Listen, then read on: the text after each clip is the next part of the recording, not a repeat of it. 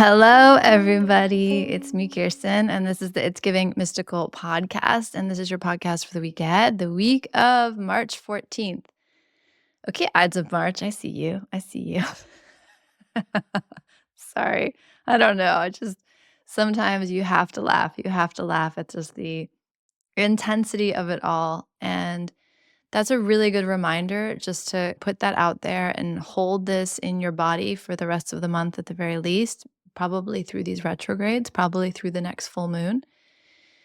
You want to really notice the very basic and simple energetics of where you are leaning in your life and where you have permission to lean back. And it's not about judging it as right or wrong. It's not about saying I should or I shouldn't. It's about just recognizing there are things, events, people, relationships, situations, environments that cause me to lean in. And there are the same things that allow me to lean back. We really are trying to unwind individually and systemically and collectively this basic human wound of having to do more to be worthy, of having to perform and achieve and collect things to somehow signify or reach a level with which we can say, now I'm worthy, now I'm powerful, now I'm okay, now I'm safe. And you really want to can you feel that in your body? Like this really beautiful, it comes from a really, again, beautiful, innocent place. I want to be loved. I want to be seen. I want to be safe. I want to be included. I don't want to be cast out.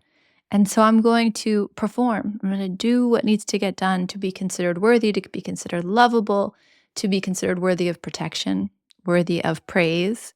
Whatever your particular sauce or flavor of that, we all have that in us. And so much of, I know I'm turning into a little bit of a, I don't know, like a Marxist. I'm not even sure. Talk about capitalist structure a lot. Tarot and capitalist discourse. This is quite a podcast. But I mean it because it's important. That's part of what's breaking down is this sense of I am only worth what I produce. I am only worth what I collect resource-wise, right? So much of the pain that we have in our own bodies, the stress we have in our own bodies, so much of the stress we place on this earth is this sense of getting more, producing more, like having more. And that comes with this idea of performance, of doing, of being considered efficient enough, hardworking enough, successful enough. Then yes, and yes to that experience, to that way of being, because it has been our mode of operation. It's been what we've worked with. It's been what we knew. And now we're starting to question that, and that's starting to break down in some pretty obvious ways. And the question becomes, how much can we really trust and practice this sense of I'm enough just as I am? I'm enough without having to perform. I'm worthy just because I'm here.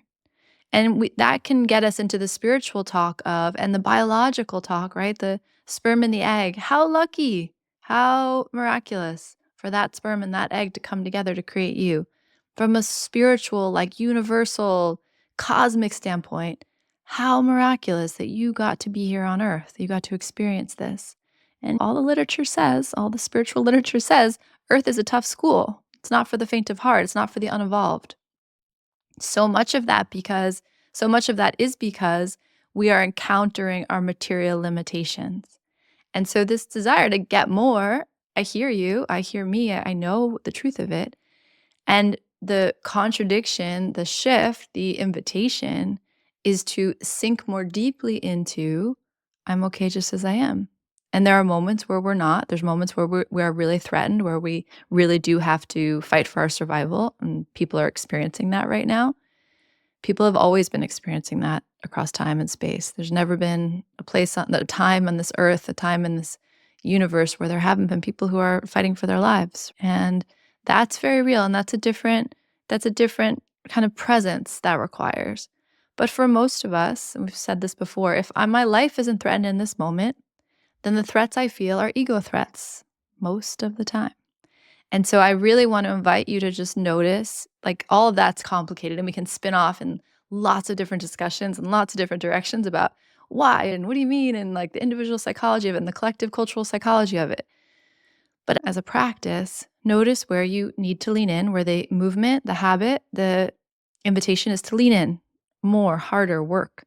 And places where the invitation is to sink back, relax, exhale, be enough. And it's not, again, about judging whether that's right or wrong. It's just noticing it and noticing what that feels like in your body and what is the desire that comes up in that conversation and which of those allows you to pause and reflect and check in with yourself and choose from a place of agency and power. Most often, it's the places where we lean in that we're invited to wait a second. What's pushing me forward? Where is the momentum here? It comes back to this conversation around momentum. It's so much in me, with me in my field. And I imagine partially that's because I'm trying to channel it to a larger group. It's not just here for me. As much as I love the universe and the universe loves me, part of what I'm here to do is help put language around things that we feel, right? It's part of what I'm here to work with and offer as service and as a gift.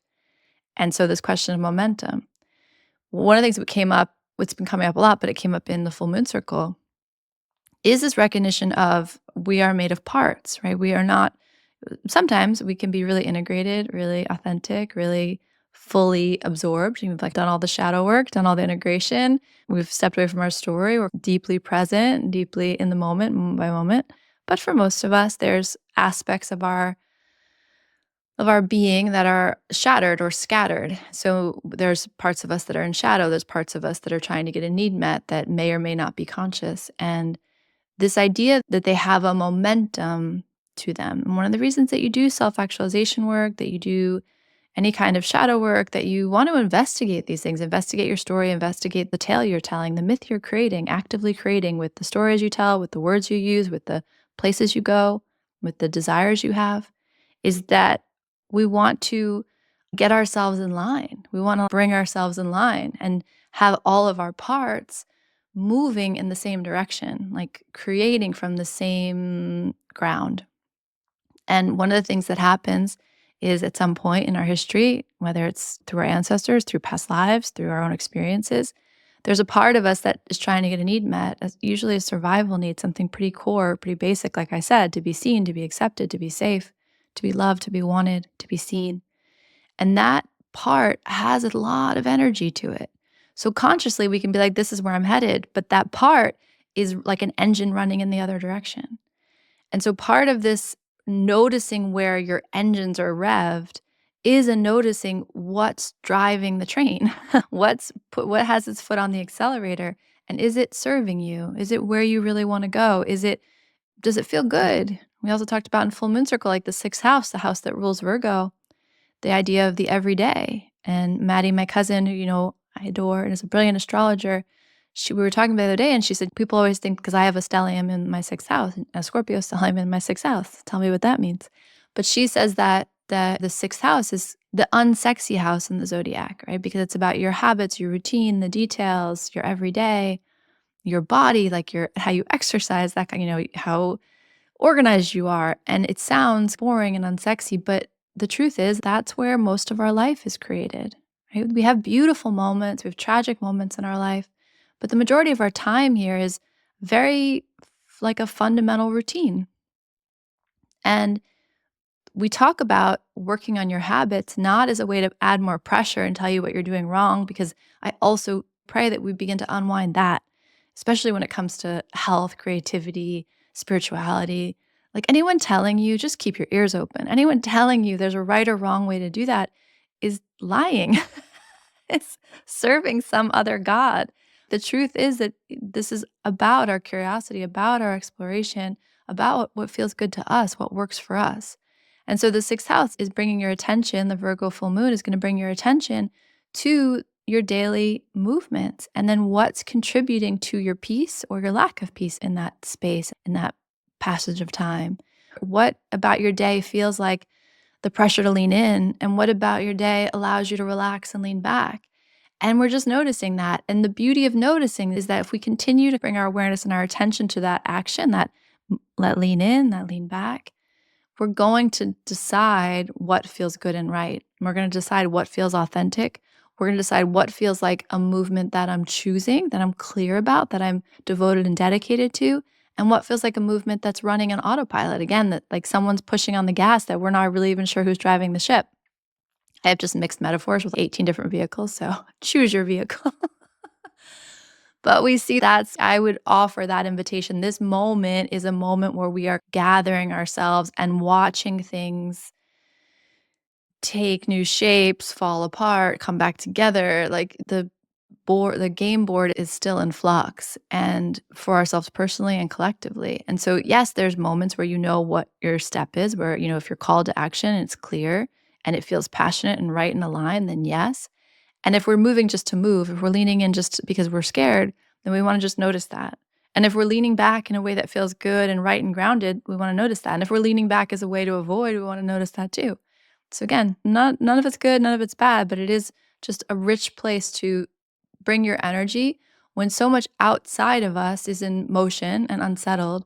We can bring ourselves back to what is our work? How do we stay in alignment? How do we stay in integrity? How do we stay grounded and present? And how do we build a life, a daily life, brick by brick, that speaks to the world we want to create, the world we want to live in, that's setting the trajectory, setting the course for the world that we dream of? Because at the end of the day, when you feel satisfied with your days, it will lead you someplace wonderful. I know that. But there is a sense of even if it doesn't, like my day was a day that I'm proud of. My movements were movements that worked for me, that satisfied me, that encouraged more peace and love and strength and beauty in the world. So I say all of that to you before I even talk about the card because I think it's important. This is a very disorienting time. So we want to know where to bring our energy when we feel scattered. And a really brilliant place is just to come back to your body, come back to the gift that this body is, the Virgo, the body, the materiality, the earth energy, coming back to it and saying, okay, where is this body at peace? And where is this body in trauma response or in reactivity? And what's my work? Where's my work in that? And how do I want to feel at the end of the day? Like my teacher Kendra used to always say, how do you want to feel? How do you want to be in your day? How do you want to be in your life? That's where the work is. Creating a life that feels in alignment with your values and with the world you're hoping to create. So speaking of all of that, they would say to you that the other last thing I'll say about this full moon, that is, I think it's tonight or tomorrow. I think Mercury goes retrograde. The full moon's tonight and then Mercury goes retrograde on Saturday. The energy that I felt in full moon circle was this beautiful blood red moon is like the moon in its warrior apparel. So the moon is coming here to fight for your right to be more. And it's coming in to draw away from you something that no longer serves you. And the meditation that I offered, and I'll offer you just as an idea here, is to sit in meditation and sit with the energy of this beautiful blood red moon and ask the warrior moon to take from you what no longer works and feel what it presents to you. Maybe it'll be just a really simple somatic experience. Maybe you'll actually see the thing. And whatever it is, be a yes to it. And then the second half of this is to turn to the earth and ask the earth, what is springing up? What is coming into form as I release this other thing? It's a beautiful meditation, and I hope it offers you some co-resonance with the energies that are happening versus a sense of fear or scatteredness or insecurity. People talk about the eclipse season and it can feel, and Maddie and I were also saying like there's chaos magic here, which is both exciting and terrifying. So how do you stay empowered? How do you stay present? And my invitation to you would be to speak to the moon and speak to the earth and allow them to dialogue with you about what this moment is asking of you specifically. The card I pulled for us this week is the Seven of Pentacles. This is the card of waiting. It's the card of patience. It's the card of gestation. So the Seven of Pentacles says there's something new taking shape in the material world, and it hasn't arrived yet. And the classic examples are a woman who's pregnant, right? You don't really see how much is happening, and yet a whole world, a whole new being, a whole being is being created here. And that takes energies that you can't even fathom. The other thing that came up in the full moon, like the moon is pulling on the tides, right? It's moving the ocean on a daily basis. It's also moving the earth in unseen ways, and it's moving us in unseen ways. There are forces, powerful forces in the world that we cannot touch or hold or grasp. We might witness them, we might see the impact they have, but we can't know everything. Think about the mycelium network, right? The fact that they didn't know that the trees spoke to themselves, spoke to each other through the roots. They didn't know that mushrooms were like the superhighway of information. And so for hundreds of years, thousands of years, that was happening, maybe hundreds, because probably indigenous people knew that. But in our like scientific modern sensibilities, we didn't know that was a conversation that was happening over and over again. The conversation of the microbiome, the conversation of viruses and bacteria, the conversations of the tides, the moon, the universe, the solar system, the conversation of like unresolved or processing stories between people, between communities, between countries. All of this is happening. And so when we have the sense of, I know, I would challenge that. I would challenge that to offer you the invitation to meditate on, I don't know. And I don't know can be a humiliating thing to say in our world, right? We can be taught that what's wrong with you that you don't know? Then go do your homework, do your research, figure it out, have an opinion. And I think that's so faulty. And it's taken me a long time to unwind that in my own system, but now I know. Now I know that I don't know. And so there's a sense of I don't know. And that can be both, yeah, like humiliating, terrifying, shame inducing, but it can also be, wow, I don't even know. Like, I don't even know what might be taking shape. I don't even know what will be born tomorrow. I don't even know what this day will bring, this week will bring, this year will bring. So there's a lot of energy that feels a little bit like scared right now, right? There's a lot of energy that feels like I don't know, and so it must be bad. And AI is another perfect example of this. And what would it do for our world if all of that energy around, I don't know, followed the Gay Hendricks prompt of take a deep breath and turn that fear into wonder, turn that fear into excitement. I don't even know what might happen. There's something very beautiful and very wonder filled to approach the world with the sense of, I don't know. It helps us drop our story. It helps us drop our need to control. And it helps us embrace a sense of the world is a beautiful place. And my belief in that matters. Like my embodied grounding into that knowing that no matter what happens, we talk about the 9 of Wands, right? Being this wounded warrior and how the wounded warrior can take on the form of waiting for the next shoe to drop, or the wounded warrior can take on the form of, oh, I know myself. And I know the world is an exciting place. And I also know that I'll be ready to handle whatever comes my way. So the Seven of Pentacles is really saying, don't judge what's happening by the form it's taking right now. So with the pregnant woman, if you didn't know, you probably wouldn't know that a baby's coming. Or the seeds. Right now I just planted all the winter crops in my garden. I am obsessed with my garden. Side note, I'm going to start a gardening podcast where I just talk about how much joy my garden brings me. Does that mean I'm getting old? The birds in the garden and the moon? Like what? Put me in the woods forever. But I just planted all the seeds. I have these beautiful beds, like I just did a lot of work on my garden. So I have these beautiful raised beds. And I just put down maybe 50 seeds last night. And in a few short weeks, I'm going to have arugula and spinach and radishes and dahlias, gladiolas, marigolds. Like that whole blank space is going to be a riot of life and color and sustenance and resources and deliciousness. You wouldn't know that if you didn't know how the world worked, right? If you really were like, I don't know what might happen, you couldn't imagine that. Take a look at my black garden beds today and then look at them in 6 weeks, in 2 months, and you'd be like, I didn't know that was possible. So the same is true for you and the same is true for the world. Like the world might really surprise you at the color and the beauty and the art and the newness, the awe, the wonder that are possible. The melon ripening on the vine is another classic Seven of Pentacles symbol. You don't want to rush it. So you don't want to pick the melon because you're impatient and then crack it open and then there's nothing sweet at all. Versus if you're patient and you sit with it and you can, again, lean back, relax, be with what is.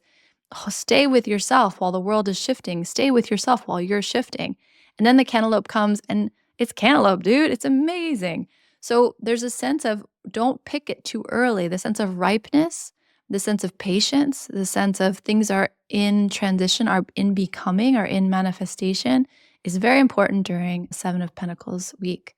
And again, Pentacles, earth energy. 7, the number of mystery, the number of the sacred, the number of I don't know. Maybe that's why I was saying that before. Like 7 is the number of I don't know. 7 of numbers I actually can't fathom. When it comes to manifestation, when it comes to what's possible in the world, we think that having control is the thing, right? I can control it if I can point my ship in that direction and stay the course no matter what.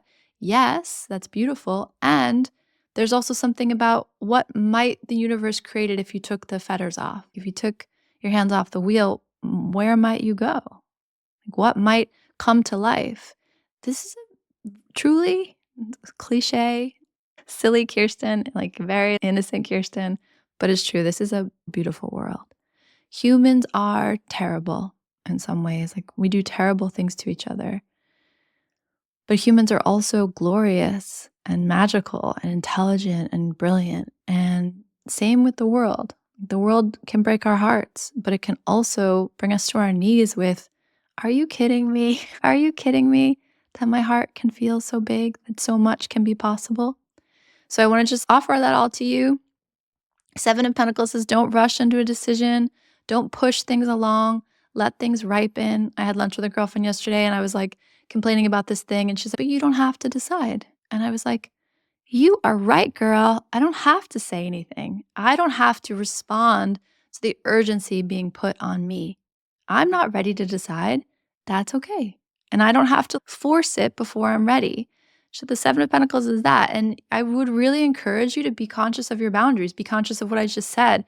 If someone's coming at you because they're uncomfortable, because they need a reaction, notice where that's you and where that's them. Get really clear about that boundary line. Yeah, Seven of Pentacles is like, just be patient. Things are ripening, things are becoming, and you can't, based on the state of how things are today, you can't determine where they're going. So back to the garden analogy. If I'm holding an arugula seed in my hand, you're not going to know that in 2 months' time, with some love and some light and some sunshine and some rain and some good, rich soil, I'm going to have enough to feed a family. Like I'm going to be able to feed my family with that tiny dot in my hand. That's the level of awe. If you didn't know that was possible and I showed you that, you'd be like, are you fucking kidding me? Give things time to become what they're here to become.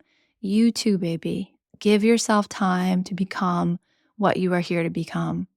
With healing, with spirituality, with all this stuff, it can be like, I did the shadow work. I did the healing. I went to the workshop. What now?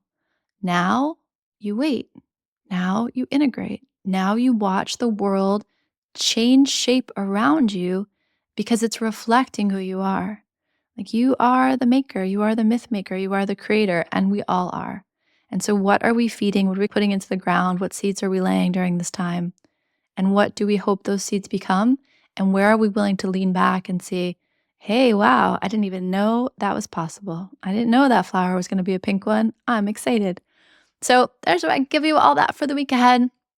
The Ides of March and Mercury going retrograde and Venus in retrograde. And I think at the end of the month, Neptune goes into Aries from Pisces. That's like a 14-year cycle. That's a huge shift.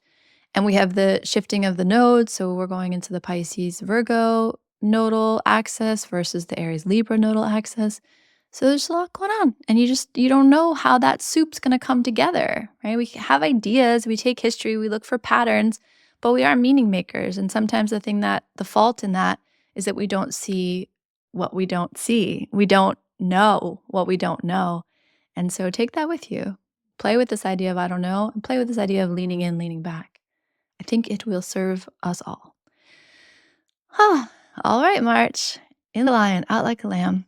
Sending you all love and love and some time in your garden. I hope that you too have a place where you can put your hands in the dirt and just dream about what might be possible.